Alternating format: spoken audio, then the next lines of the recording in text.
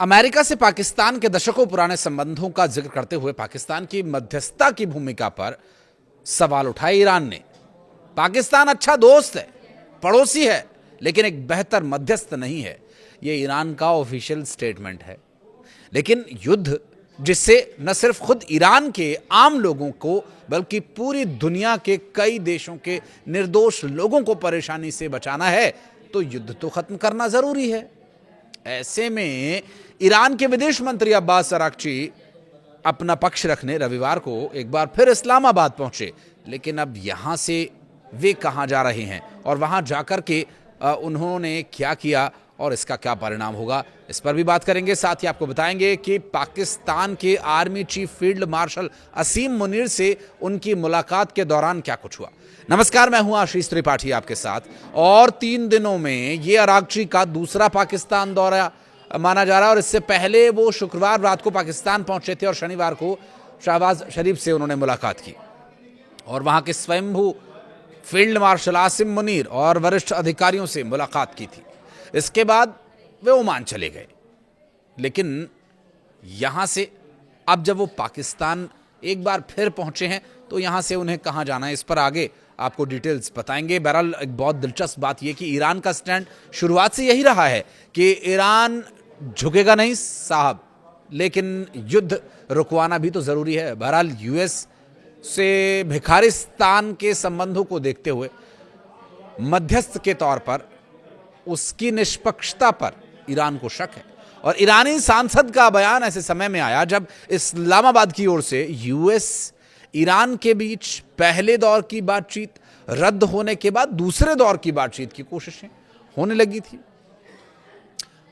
अब उन्हीं कोशिशों का परिणाम यह लग रहा है कि एक नई कूटनीतिक हलचल देखने को मिल रही है। ईरान ने अमेरिका को शांति समझौते के लिए एक नया प्रस्ताव दिया है जिसमें होर्मुज जलडमरू मध्य को खोलने और युद्ध खत्म करने की बात कही गई है, जबकि परमाणु मुद्दे को फिलहाल टालने का सुझाव दिया गया है। रिपोर्ट्स के मुताबिक यह प्रस्ताव पाकिस्तान के जरिए अमेरिका तक पहुंचाया गया। इसमें यह कहा गया कि पहले समुद्री नाकेबंदी हटाई जाए और युद्ध को लंबे समय के लिए रोका जाए या पूरी तरह से खत्म किया जाए। इसके बाद ही परमाणु कार्यक्रम पर बातचीत शुरू होगी। अब यह प्रस्ताव ऐसे समय में आया है जब दोनों देशों के बीच बातचीत पूरी तरह से ठप पड़ी हुई है। ईरानी नेतृत्व के अंदर भी इस बात पर सहमति नहीं बन पा रही कि अमेरिका की मांगों जैसे यूरेनियम एनरिचमेंट रोकना, स्टॉक खत्म करना, मिसाइलें सुपुर्द कर देना, सारे ब्लूप्रिंट्स दे देना, इन सब पर कितना समझौता हो सकता है और कितना जायज है। इस बीच अमेरिकी प्रेसिडेंट डोनाल्ड ट्रंप ने साफ संकेत दिया कि अभी भी नाकेबंदी हटाने के मूड में वो फिलहाल नहीं है। तो वहीं इस बीच फॉक्स न्यूज से बातचीत में उन्होंने कहा कि अगर ईरान तेल निर्यात नहीं कर पाएगा तो उसकी पाइपलाइन सिस्टम खुद ही अंदर से फट सकती है। ट्रंप सोमवार को अपनी राष्ट्रीय सुरक्षा टीम के साथ सिचुएशन रूम में बैठक कर रहे थे उससे बैठक करने वाले थे, माफ कीजिएगा। इसमें उस प्रस्ताव और आगे की रणनीति पर भी चर्चा होनी थी। पिछले कुछ दिनों में कूटनीतिक कोशिशें भी इसके दौरान तेज हुई हैं, जिसमें ईरान के विदेश मंत्री अब्बास अराक्ची ने इस्लामाबाद और ओमान में बातचीत की, लेकिन कोई ठोस नतीजा नहीं निकल पाया। इसके बाद वे रूस जाने की तैयारी में हैं। जहां रूस ही वो जगह है जो इस्लामाबाद से पाकिस्तान से वो जाने वाले हैं। और इस बीच डिटेल ये मिल रही है कि रूस, जो कि बहुत करीबी है ईरान के और बहुत करीबी से दोस्ती निभाता है, रूस अपने दोस्ती निभाने के मामलों में हमेशा अव्वल रहा है, चाहे वो भारत से हो या फिर ईरान से। लेकिन ये मुलाकात किस मायने में अहम मानी जाए, अगर इस ओर फोकस करें तो मुलाकात राष्ट्रपति व्लादिमीर पुतिन से हो सकती है। और एक एक्सियोस की रिपोर्ट के अनुसार अराक्ची ने पाकिस्तान, तुर्की, कतर और मिस्र जैसे देशों के मध्यस्थों को साफ कहा कि ईरान के अंदर ही अमेरिका की शर्तों पर मतभेद है, इसलिए नया प्रस्ताव पहले युद्ध और नाकेबंदी के मुद्दे को सुलझाने पर केंद्रित है।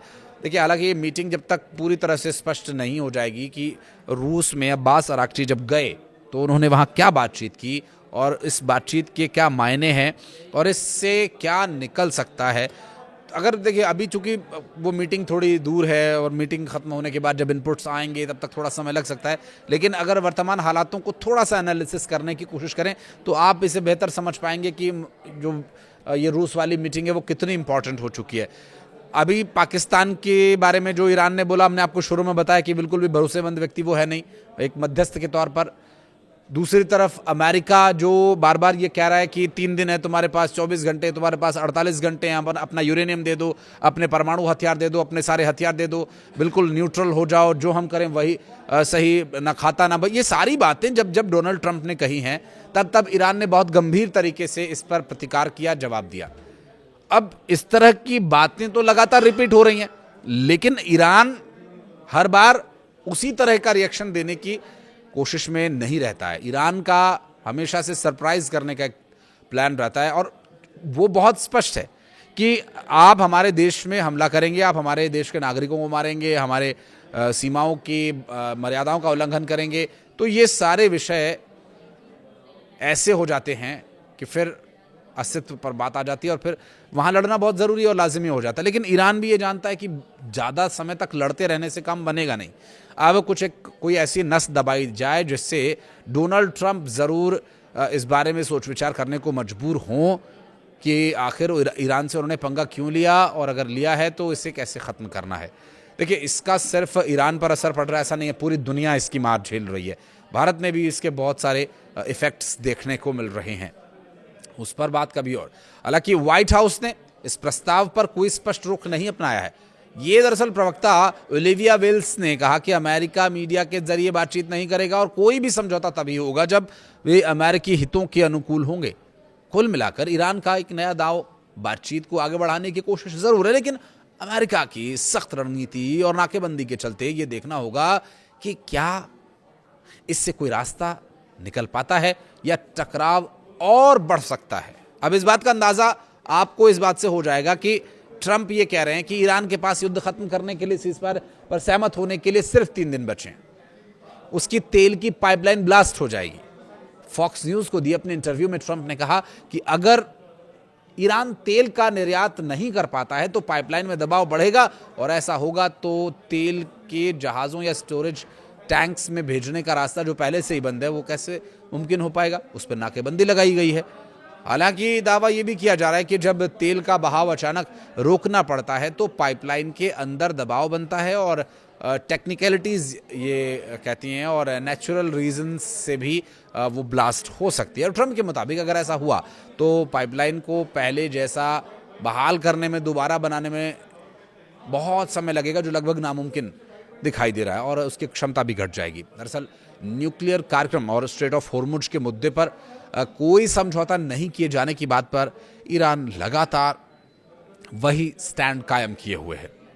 ईरान की सरकारी मीडिया के मुताबिक ये संदेश पाकिस्तान के जरिए अमेरिका तक पहुंचाया गया है और ईरान ने इन दोनों मुद्दों को अपने रेड लाइन बताया है।